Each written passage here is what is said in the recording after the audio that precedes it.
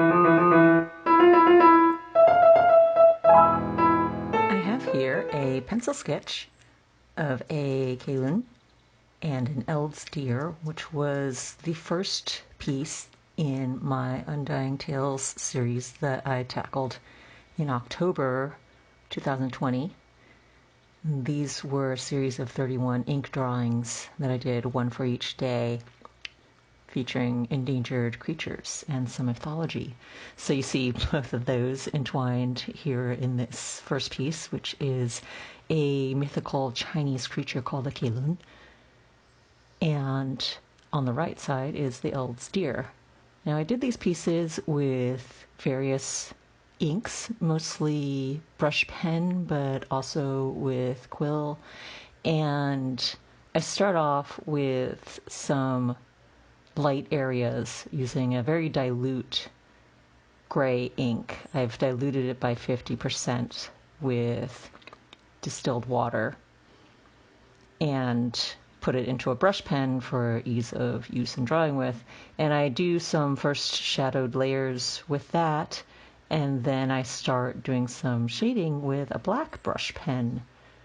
Now the reason why you have this speckled texture on the paper here is because I keep the brush tip sort of dry, and my paper has a little bit of tooth to it so that I can do this dry brush technique where the tip of the brush skims over the very top surface of the paper.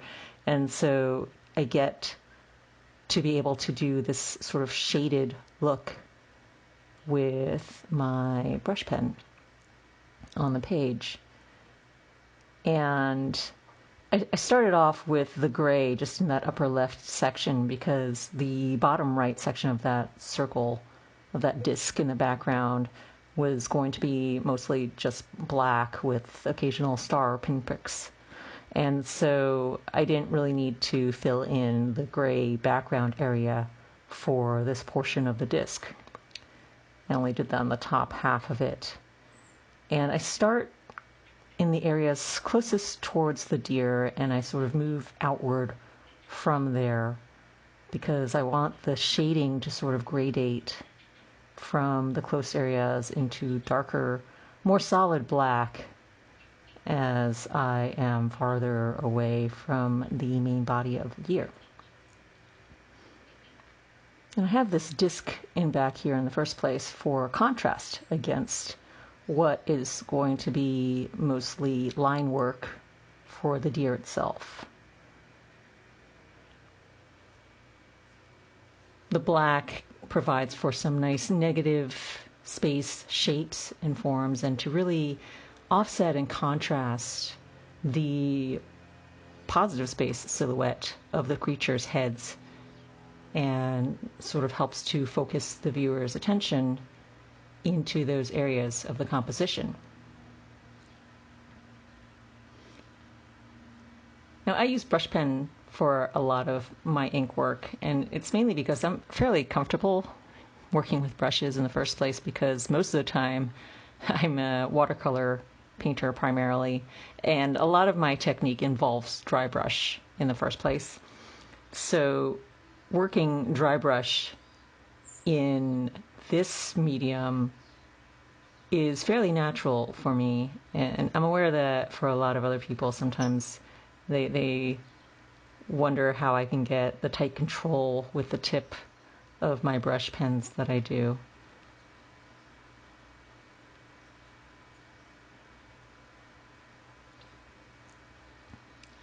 So I draw around all those little stars. The stars are the white of the paper showing through, and the moon as well.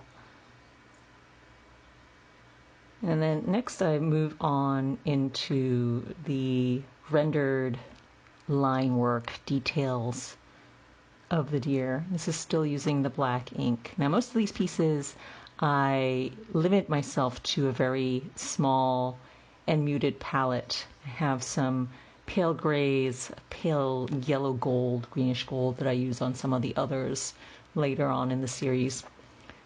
I think initially I started off with just this bluish gray as my one tone color alongside the black.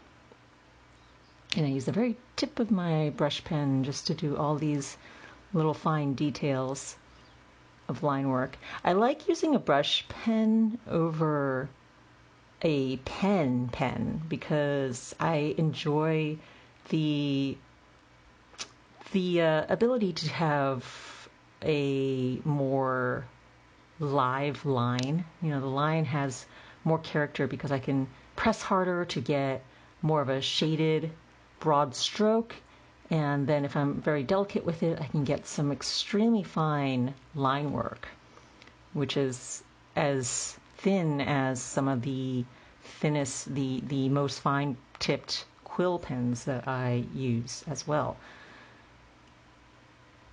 But especially alongside the rough tooth of the paper that I use, it really gives me a lot of freedom between both the breadth of my line strokes as well as getting a little bit of that shaded look, as I mentioned earlier with the dry brushing of it. And I do go back and forth at some points using some more touches of the gray pen to have some of those shadowed portions where it's somewhere, you know, I have my darkest darks done with the blacks and with a shaded black, and then I have this sort of muted lighter shadow that I can do with the gray pen instead, my gray brush pen. Kirin are creatures that are a bit of a chimera. They have the characteristics of many different creatures. They have a scaled body like Chinese dragons do. They have the horns of a stag. They have the muzzle of a goat or a lion. It varies because, you know, they're a combination of so many different creatures, and they are symbols of protection and of peace. You frequently see them, come across them guarding the entryways of buildings. And you'll always notice one of them will have a ball or a pearl underneath its paw or hoof. And then the other one will have a baby Kirin, and that one is the female. There's the male and female of them guarding entryways. Frequently they look a bit more lion-like than my depiction here. I prefer a more slender deer silhouette to my Kirin, which is how I usually draw them. But oftentimes you will see them having more of a very burly lion's build to their body.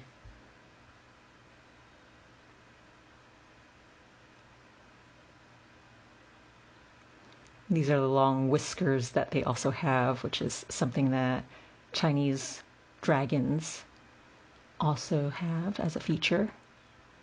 And Kirin do share some of the features of dragons as well.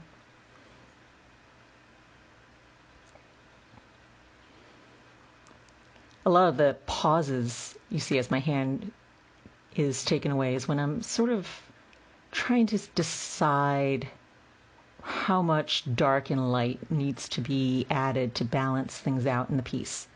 So I will draw little bits of it and then look at it for a while to decide if I need to do more, if something needs to be added to the balance. You know, I added that gray to the tail there as this nice complement to all the line work, the fine line work that has gone through the Kirin's body.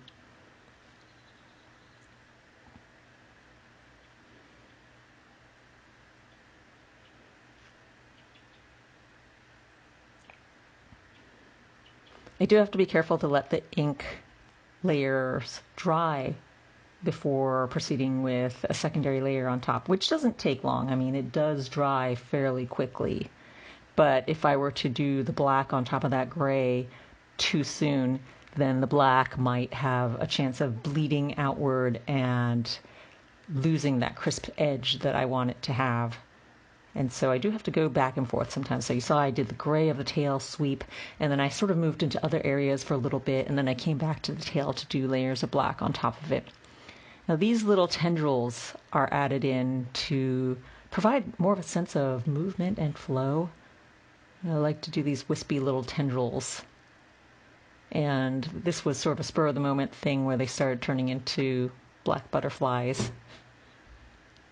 So there's room for spontaneity in this as well. I had my basic pencil line drawing, as you saw at the start, and I did some of the details in pencil. As you can see, there's the scales on the Kirin that are there, but a lot of these little spirals right now in clouds are happening spontaneously in spur of the moment, and these little spirals definitely are happening very spontaneously, where I'm adding them in after I fill in the more decided lines that I had specified early on, and then I can sort of see what the composition needs to pull it together.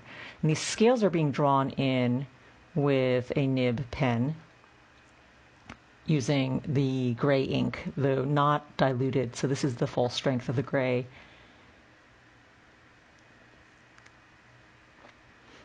I'm using a fountain pen here, but I just as easily sometimes just use a nib, which will cost you just a few dollars to do that. But sometimes I enjoy using a fountain pen for it as well. It's easier because then I can just fill it up with the ink color of my choice. So I do use the gray ink frequently in these drawings, and so I do have a pen that's filled up with that color. And especially if I do any diluting of my ink or creating my own mixtures, it's especially useful then to have it inside a brush pen or inside a fountain pen, so that I don't have to keep making that mixture or losing track of which little vial I have that contains the right mixture. I try to write that down, but even so, I sometimes lose track of which one it is that I used on a piece. Now all of these flowers in the background are being drawn with the gray ink. That pushes them further into the background so that they don't compete for attention with the very bold line work that is on the deer and the Kirin themselves. And this helps to make them more a part of the surrounding background elements rather than competing for foreground attention and the viewer's eye. And same with all the grass down here at the base. I want some hint of a setting of a background, and so this is what this using a light gray provides,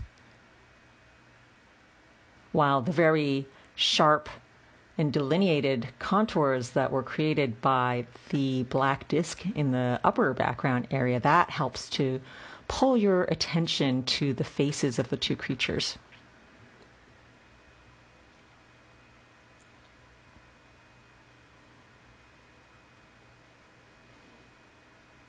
These little bits are done completely spontaneously, but I'm keeping it sort of in this rounded curve along the base of the piece. And then at the end, I go back and erase all the pencil lines, especially the pencil lines that you can see in the background lighter gray flowery areas, because the pencil really shows up there if I leave any of it. A lot of times if I have little bits of pencil showing in the dark black ink areas, it's not even noticeable by the end, and so I don't even bother to erase them.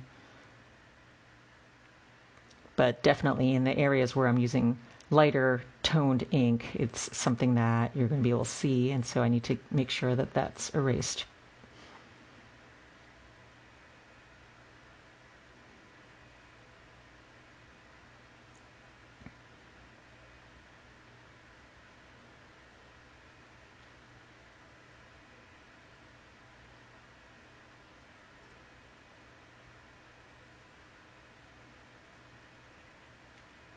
Emphasizing some of the base to really root the composition and to give it some weight at the base there.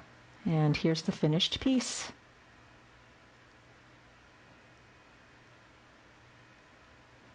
And for the rest of this video, I have a number of time lapses that I did for remarks in the Undying Tales books that people ordered. And I filmed many of these as I was drawing them.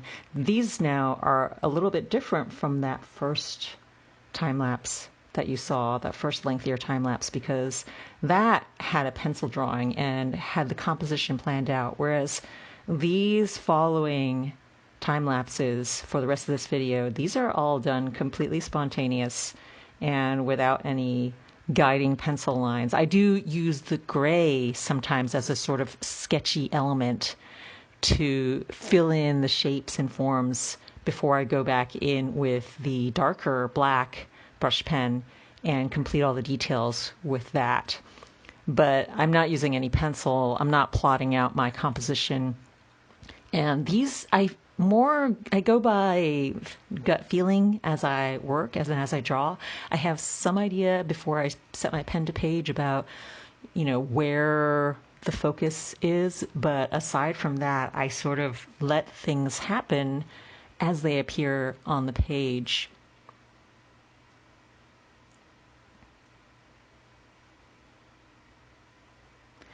One of the things that I discovered maybe 2 years ago is that I have no mind's eye, which is that I don't see things in my head as a picture. I see blurry forms and I see nebulous shapes, and I have word concepts of ideas. And I've come to realize that, contrary to being a hindrance to my art, that this is sort of an integral way of how I work. I have a lot of comments frequently about how how do I do this, where I just start drawing on a blank page without a pencil sketch to plot my way.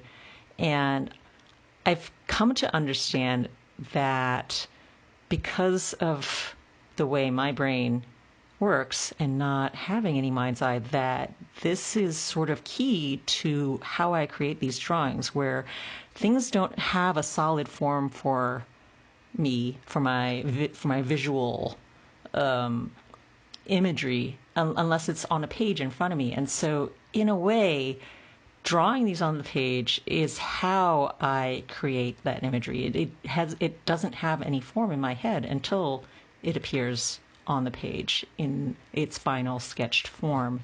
And so the way I navigate these ink drawings is how it is actually emerging in my head. And as each line is laid down, that in turn sets up how the next lines and the next shaded areas and the next structures and forms and how the composition is going to flow. All these elements are happening in real time as they are appearing on the page.